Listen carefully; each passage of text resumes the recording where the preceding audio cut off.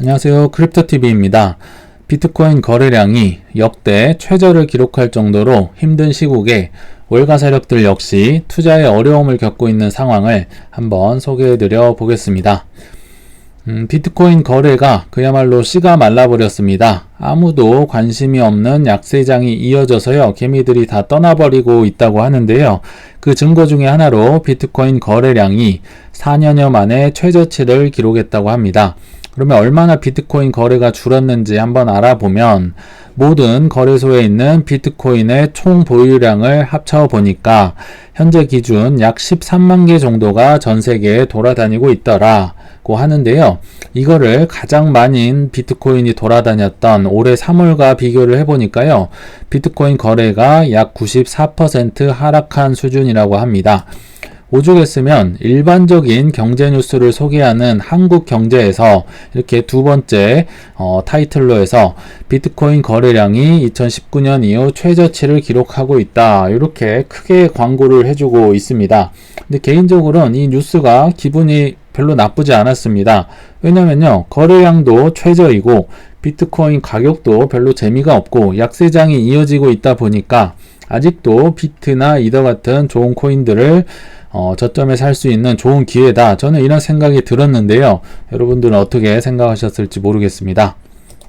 아무튼 이런 힘든 시국이 이어지고 있는데 이 와중에 이제 월가에서 있었던 재밌는 뉴스를 한번 소개해 드려 보겠습니다. 근데 이 뉴스는 다들 보셨습니다.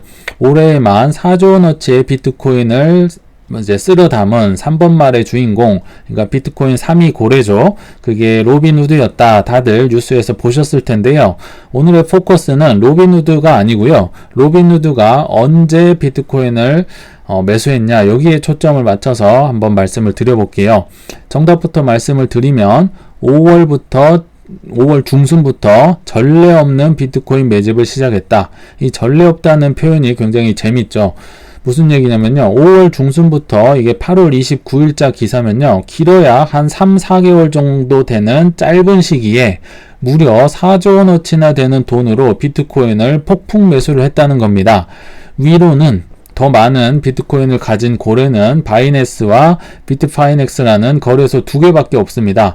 근데 참고로 비트파이넥스가 왜 여기에 들어가 있는지 아직도 저는 의문입니다. 예전 소개를 해드렸지만 테더 홀딩스와 같은 그 네덜란드의 의문스러운 대표가 사장님으로 있는 그 거래소입니다.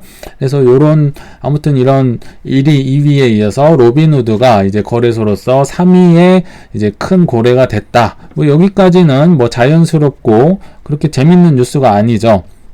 근데 여기서부터가 재밌어집니다. 시장에서 로빈후드의 매집 시기를 평가할 때요, 다소 논리적이지 않아, 이렇게 해석을 했는데요. 이건 굉장히 공손하게 해석을 해준 거고요. 직역하면 왜 바보같이 그때 비싸게 샀어, 이 얘기를 우회적으로 얘기를 하고 있다고 보시면 됩니다. 한번 뒤에서 다시 소개를 해드려 볼 텐데요. 아무튼 이 로빈후드는 정말 4조 원이 넘는 큰 돈을 들여서요, 5월 이후로 어마어마하게 많은 비트코인을 쓸어 담았습니다. 정확하게는 로빈후드의 자회사인 점프 트레이딩이라는 회사가 사 모았다고 하는데요. 이 비트코인 매입 시기에 대해서 시장은 다소 의아하다는 반응을 내놓고 있다. 왜 바보같이 그때 샀어? 요거를 이제 우회적으로 표현을 했다고 말씀을 드렸죠. 왜냐? 비트코인을 매집한 5월, 그러니까 로빈후드가 사자마자 비트코인 가격이 폭락을 했습니다. 그래서 로빈후드가 큰 손해를 봤더라. 왜냐면요, 다들 기억나시겠지만 6월 초에는요, SEC가 코인베이스와 바이낸스도 고소를 했었고요. 비트 이더를 제외한 웬만한 코인들은 증권이다고 공격을 하면서 폭락을 일으켰었거든요.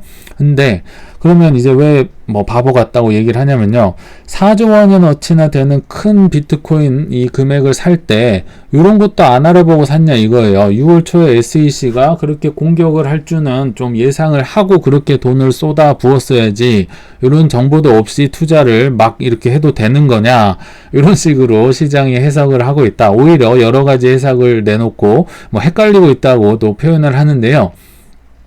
그러면 로빈후드가 6월 초 SEC에 공격할 줄 알았을까요? 몰랐을까요? 저는 단호하게 얘기할 수 있습니다. 몰랐습니다. 알았으면 5월에 이렇게 큰 금액을 써서 비트코인을 샀다고 생각을 할 수가 없겠죠. 아무튼 SEC의 공격을 모르고 샀다고 보시면 될 것 같습니다. 근데 저는 로빈후드의 입장이 조금은 이해가 됩니다. 왜냐? 차트를 보면요. 누가 보더라도 그 다음부터는 오를 것처럼 보였기 때문입니다. 이게 비트코인 차트인데요. 테라루나 사태에 이어서 이때가 이제 작년 말이었네요. FTX 사태까지 터지면서 비트코인이 연초에 2천만 원 남짓되는 정도로 굉장히 많이 떨어졌었죠. 그러다가 이제 한 번에 큰 상승 굴곡이 있었고요. 한 번 또 상승했다가 하락했던 굴곡이 있었습니다. 마치 이 두 번의 커브를 보면요. 21년도에 이렇게 큰 상승의 굴곡이 4개가 나오면서 어마어마한 상승이 나왔었거든요. 저는 그때 생각이 저도 났었거든요. 그래서 이 2번의 상승 이후에 다시 한번 큰 상승이 나오겠구나. 저도 이런 생각이 들었었는데 한번 보시겠습니다. 왜냐? 5월 중순부터 샀다고 했잖아요. 그래서 그 이유를 가려놨는데 한번 열어보면 까꿍하고 2명이 등장하네요. 이때 한번 오를 것처럼 하다가 이제 SEC의 게리 겐슬러가 바이낸스와 코인베이스 묶어서 공격하고 다른 코인들 솔라나 폴리곤, 에이다 다 공격했었죠. 그러면서 긴 하락장이 크게 이어졌었습니다. 그리고 현물 ETF 나온다 하면서 잠깐 오르다가 다시 한번 비구이 위안이라는 부동산 기업이 또 디폴트 위기다 하면서 크게 한번 떨어졌었죠. 여러 이유가 있겠지만 중국의 부동산 위기가 가장 컸던 것 같습니다. 그러면 이런 악재를 로빈후드가 예측을 할 수 있었을까요? 못하니까 많이 이때 샀다는 겁니다. 5월 중순부터 물론 한 번에 다 사진 않았겠지만 이런 것들은 그들도 예상을 할 수 없다고 저는 말씀을 드리려고 이제 로빈후드 사례를 소개를 해드린 거고요. 또 한 명의 큰 자산운용사가 있죠. 세계 최고의 덩치짱 자산운용사이자 정보도 엄청 빠르겠죠. 투자의 테마 자체를 만들어버리는 이 블랙락은 그럼 실패를 하면 안 되는 거잖아요. 우리의 상식으로 보면. 그러나 이 블랙락 역시도 최근 1년간 2번이나 물렸다고 기사에서 다들 뉴스를 접하셨을 겁니다. 작년 말 11월에 아까 잠깐 보셨지만 FTX 사태가 벌어졌었죠. 그래서 비단 소프트뱅크 뿐만 아니라 블랙락, 캐나다 연금, 싱가포르 국부펀드 다들 죄다 물리고 돈을 날렸던 거 기억이 나실 거고요. 8월 중순에도 부동산 중국의 위기가 있었죠. 그래서 블랙락만 한 5천억 물렸다고 제가 말씀을 드렸었습니다. 비구이 위한 채권에 투자를 했었죠. 그리고 HSBC, JP모건, 피델리티 등등도 꽤나 물렸었죠. 5천억이 적은 돈이 아닌 거죠.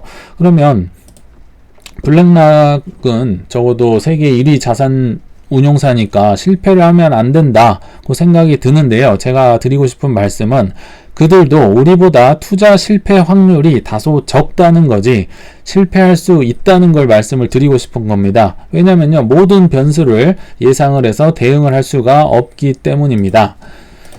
그래서 이제 결론에 왔는데요. 제가 드리고 싶은 말씀은 저점을 아무도 맞출 수는 없다. 그러나 의미 있는 하락 구간엔 살 수 있어야 된다. 이 얘기를 저는 드리고 싶어서 이번 영상을 제작했습니다. 어떤 분석가가 비트코인 채굴 수익이 바닥일 때 채굴 기업을 사야 한다고 했는데요. 말이 쉽죠. 근데요, 블랙락은 8월 중순에 의미 있는 하락 구간 아까 보셨었죠. 차트에서. 그때 채굴 기업의 지분을 꽤나 늘린 것으로 보입니다. 이게 잘한 결정일까요? 뒤로 더 가봐야 알겠지만 적어도 로빈후드가 3위 고래든지 말든지 대중들의 관심이 전혀 없는 시기에 샀다는 점에서 저는 합리적인 결정이라고 생각합니다. 참고로 저는 제 매수 기준에 부합했던 6월 초와 8월 중순 하락 구간에 아껴뒀던 총알을 꽤나 썼었는데요. 여러분도 이 귀한 하락장에 최저점을 정확히 맞출 수는 없겠지만 본인의 기준에 맞는 매수 기회가 온다면 잘 잡아보셨으면 좋겠습니다. 시청 감사합니다.